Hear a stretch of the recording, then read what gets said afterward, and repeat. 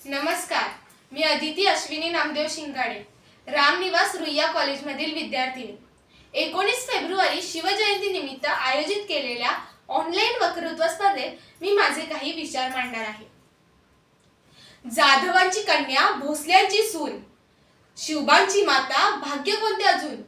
हिंदवी स्वराज्याची पताका नभी अभिमानाने डोलते, हिंदवी स्वराज्याची पताका नभी अभिमानाने डोलते. लक्ष देऊ नाही का, मी जिजाऊ बोलते, मी जिजाऊ बोलते.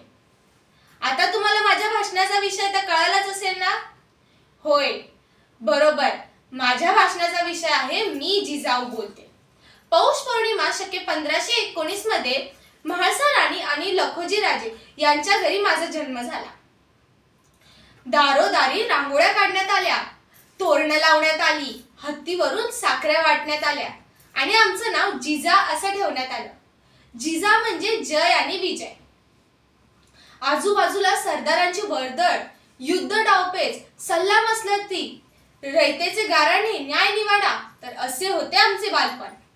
आम्ही युद्धकला तर शिकलोच, पण आईच्या इच्छेखातीर 6 भाषा देखील शिकलो.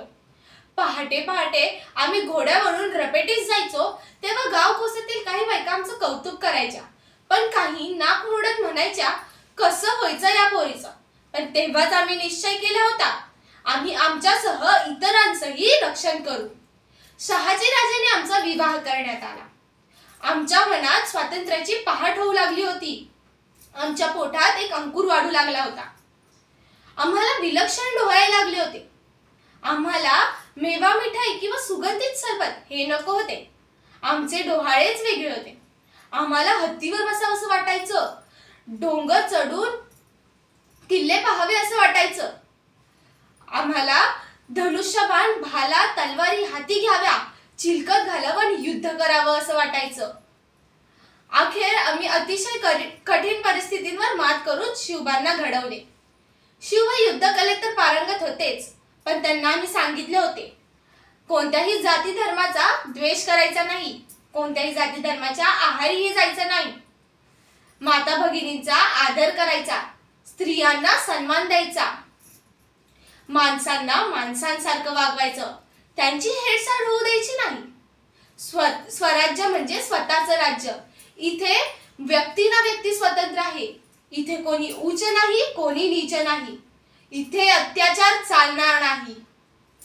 अंगणातली तुळस, गोठ्यातील गाय आणि घरातील माय यांच्यावर जर कोणी वाकड्या नजरेने पाहिली तर त्यांची गय केली जाणार नाही. अशी शिकवण आम्ही शिवबांना दिली होती. अफजल खानाच्या भेटी वेळेस तुम्ही जर कमी पडलात तर मनाशी भीती बाळगू नका. तुमच्या पाठी मी बाळ शंभू छत्रपती बनवून स्वराज्याची निर्मिती करेन. तुमचे थोरले बंधू संभाजी राजे यांना कनकगिरी युद्धामध्ये अफजल खानाने कपट करून मारले. अखेर शिवबांनी त्यांची वाघनखं काढली, खानाच्या पोटात घुसवली आणि त्याचा कोतळा बाहेर काढला. मोठ्या धामधुमीत शिवबांचा राज्याभिषेक झाला आणि आम्हाला समतावादी सत्ता प्रस्थापित करण्याचं यश देखील मिळालं. अखेर आमचा कार्यकाळ संपत आल्याची आम्हाला जाणीव होऊ लागली होती. आम्ही हळूहळू थकत चाललो होतो. आमचं शरीर क्षीण होऊ लागलं होतं. स्वराज्याची सगळी सूत्र आम्ही शिवबांच्या हाती दिली आणि निर्धास्त झालो. त्यांचं यश, त्यांचा पराक्रम, शिवबांचा जय जयकार ऐकून आम्ही समाधानी झालो होतो. स्वराज्याच्या लाडक्या जाणत्या राजेस अखेरचं आम्ही पाहिलं आणि आमचे डोळे कायमचे मिटून घेतले. एक होते राजे शिवाजी, भीती नव्हती जगाची, पर्वा नव्हती परिणामांची, मुहूर्त मिळवली स्वराज्याची. म्हणूनच म्हणतात जय भवानी जय शिवाजी, म्हणूनच म्हणतात जय भवानी जय शिवाजी. जिजामाता या एक स्त्री होत्या. स्वराज्य घडवणाऱ्या एका सुपुत्राच्या त्या माता होत्या. शहाजी राजांच्या त्या एक वीर पत्नी होत्या. जाधव घराण्यातील त्या एक लाडक्या लेक होत्या. भोसले घराण्यातील त्या आदर्श सून होत्या. त्यांच्या सुपुत्रांवर महान संस्कार करणाऱ्या त्या एक महान माता होत्या. जगातील सर्व स्त्रियांनी ज्यांचा आदर्श घ्यावा तशा त्या आदर्शवादी माता होत्या.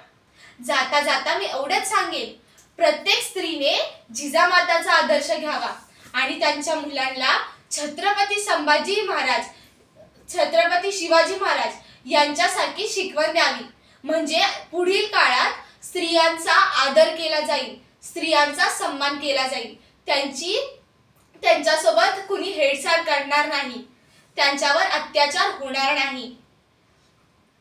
वेळेअभावी मी माझ्या भाषणाला इथेच पूर्णविराम देते आणि जाता जाता एवढंच बोलते, जय हिंद, जय महाराष्ट्र, जय शिवाजी, जय भवानी, जय शिवाजी, जय शंभूराजे. तुम्हाला माझं भाषण आवडलं असेल, माझं मत आवडलं असेल तर कृपया करून या व्हिडिओला लाईक, शेअर आणि सबस्क्राईब नक्की करा. तुमच्या एका लाईकने मला विजय पताकापर्यंत पोहोचवण्यासाठी खूप मदत होईल. धन्यवाद.